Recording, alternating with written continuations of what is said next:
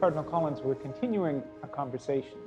You have talked about the relevance and importance of Catholic healthcare from a historical perspective, its grounding in Scripture, and also in the life of this city at a time in the middle of the 19th century when we were less tolerant and less welcoming, and Catholic healthcare made a real difference. But now we're well into the 21st century, and so is there a continuing need for something distinctive like Catholic healthcare? I think the need is even greater now than it was many, many years ago, and in the years over 2,000 years when we have had Catholic healthcare. Because I think in our society, our modern secular society, we can tend to value people according to their productivity, to their good health, and their good looks, and all those things like that, their external things. And it's sort of what they look like, what they can do, what they can produce. Whereas the very fundamental reality of Catholic healthcare is that our value comes from within. It's not what we do, but who we are that matters. Catholic healthcare always treats someone as a person, not as a thing, a who, not just a what.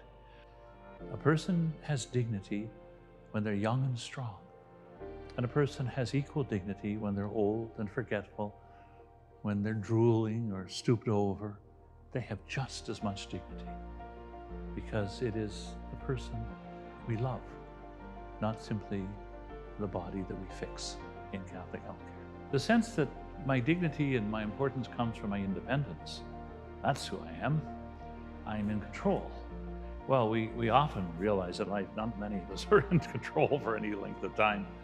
We are not meant to be simply independent. That's not where we find our joy or our meaning or our dignity.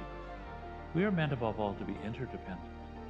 It's in the network of love and relationships that we find the greatest joy in life. I think it's important in our whole life, in our society, and certainly in Catholic healthcare, that we are careful about the use of language, because one of the great gifts God gave us is language. It's how we relate to one another. And so we need to have language that is clear and honest and true, that speaks what is there and not an illusion, something like that. That's why I'm always troubled by the statement used for, well, even euthanasia means happy death. Well, not really. It is medical assistance in dying. I know when my sister was dying of pancreatic cancer, we're very grateful for the medical assistance she received in the hospital to control the pain, which can be very great. That was medical assistance while she was dying, but not giving a drug that would make her die.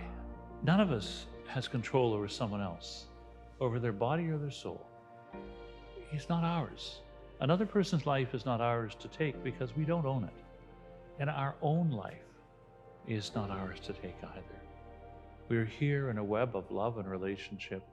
And if that has fallen down because we feel lonely and people have neglected us, then it's our obligation, our mission, our joy to reach out and surround people who feel that way, who feel they are neglected, who feel they're not valued, to reach out to them with deep love.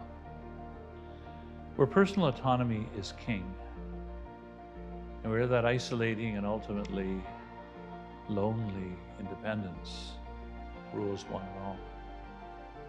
Catholic healthcare stands out. It's countercultural. It does not go with the flow. And if we simply give in to the culture, which ultimately has no real life to it, then our whole society is the poorer for that.